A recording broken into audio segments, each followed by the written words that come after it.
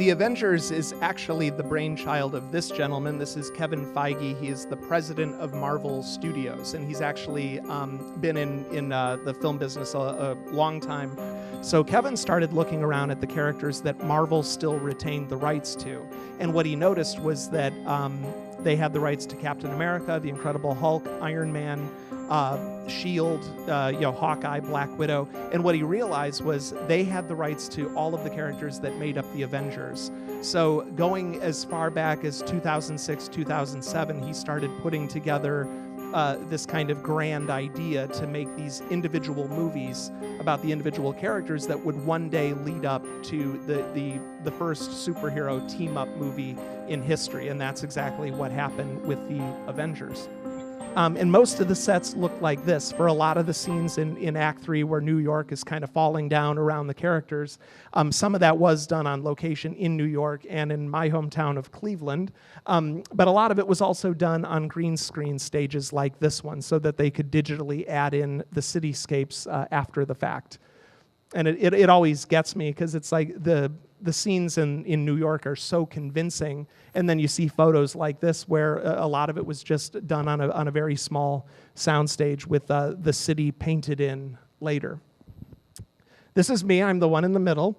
I actually got to go to the set a couple of times, and because I'm from Cleveland, I was able to combine a trip home to visit my parents with a trip to the set. So we went to downtown Cleveland. That's my mom on the right and my wife, Megan, on the left. And this was just completely surreal. If you can imagine going back to your hometown, where you grew up, your entire childhood took place there, and to just turn a corner in downtown Cleveland where, I have memories of going downtown to go Christmas shopping, and the Christmas lights are on, and it's snowing, and it's beautiful, and to turn that same corner in the middle of downtown Cleveland and to see complete and utter devastation. There's black smoke rising in the air, rubble all over the place, taxi cabs overturned. It was completely surreal.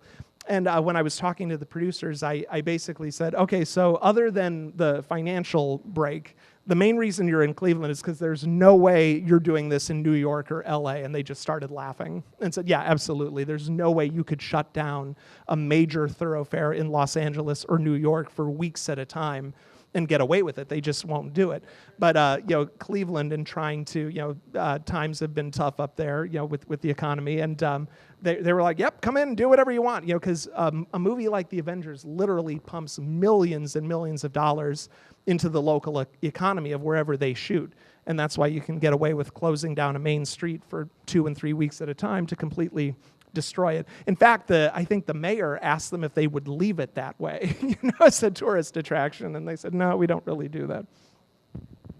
This is another funny story. We get to the set, and I'm there to do interviews. I'm technically working, and I'm supposed to meet as many people as possible and do my interviews and prepare for the book and all that. So we're there for about 5 minutes, and my phone vibrates, and I'm sitting there like talking to people trying to do my job, and I look down, and my wife sends me this picture with Thor's hammer, and I'm like, are you kidding me? It's like, who's the nerd in the family? It's like, I want my picture taken with Thor's hammer, and I never got it either.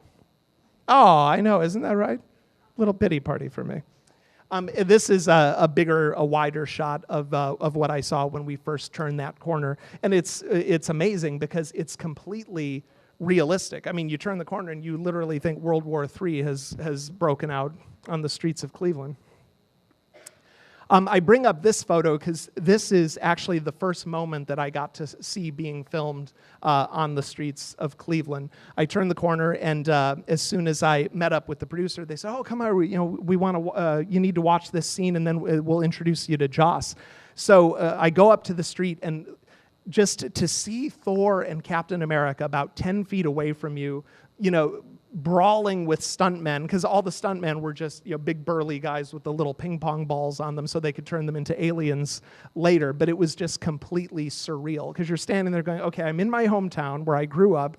It's already been completely decimated. There's smoke rising in the air, and there's Captain America and Thor kind of duking it out on the street. I like to bring up that scene because that's what I watched them do for the first 2 or 3 hours. In fact, I was probably about 10 or 12 feet away when Thor uses his hammer to flip that car. And I had no idea that was coming. And basically, they had the car attached to a bungee cord.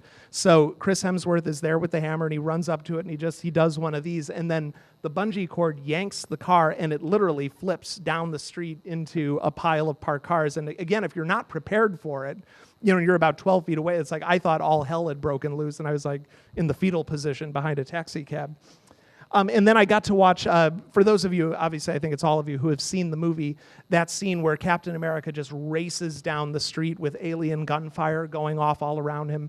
That was done live on the streets of Cleveland as well, and that was just unbelievable to see. I actually watched the rehearsal with the stuntman. Captain America, or Chris Evans' stunt double, is actually a trained gymnast. So for some of the scenes where there's heavy fighting, you'll have some of the stunt guys who specialize in stage combat. But for this particular sequence, there was a professional gymnast brought in. So just to watch him, flip-flopping over cars and dodging and weaving, alien gunfire and explosions going off, it was just absolutely surreal. But what I didn't realize was about 15 minutes later they were going to do it for real. I got to see the rehearsal. So I'm inside a building interviewing the costume designer for the film, because I was trying to take advantage of having as many people there as possible and get some of these interviews out of the way. And all of a sudden, you just hear these cataclysmic explosions and then this huge eruption of applause and cheering from outside. And I just look up at her and I go, "We probably should have been outside to see that, right?" And she looks at me and she goes, "Yes, we should have." This British lady. And I'm like, "I'm so sorry." And that's how I felt. And then I got to go to New York about a month later to watch them shoot in Central Park. So this is me and Robert Downey Jr. I'm on the right. I'm a little shorter, a little less hair. But I got to watch him film the scene at the end of the movie where Thor and Loki return to Asgard and the Avengers kind of say their goodbyes. And it was interesting here, in case you're ever anywhere near a film set, as we're walking into Central Park, way out away from the film site, you start to see the police barricades, and there's guys with radios and walkie-talkies. So I go up to a production assistant, and I explain who I'm supposed to meet and that I'm supposed to be there. But you have all of these New Yorkers walking by, and because so much production takes place in New York anyway, they're kind of used to it, and they kind of have that I've seen it all, done it all, heard it all, kind of attitude about stuff. So I'm standing there with the PA, and this typical elderly New Yorker, this woman comes up. She goes, "So what are you filming?" And the guy goes, "Commercial." She goes, "For what?" And he goes, "Mayonnaise. Very expensive mayonnaise."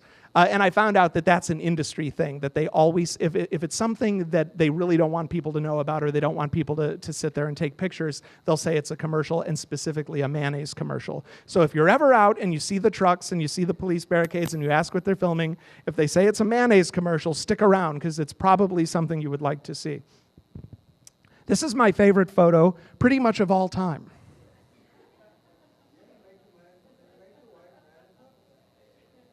Let's just enjoy this for a moment, shall we?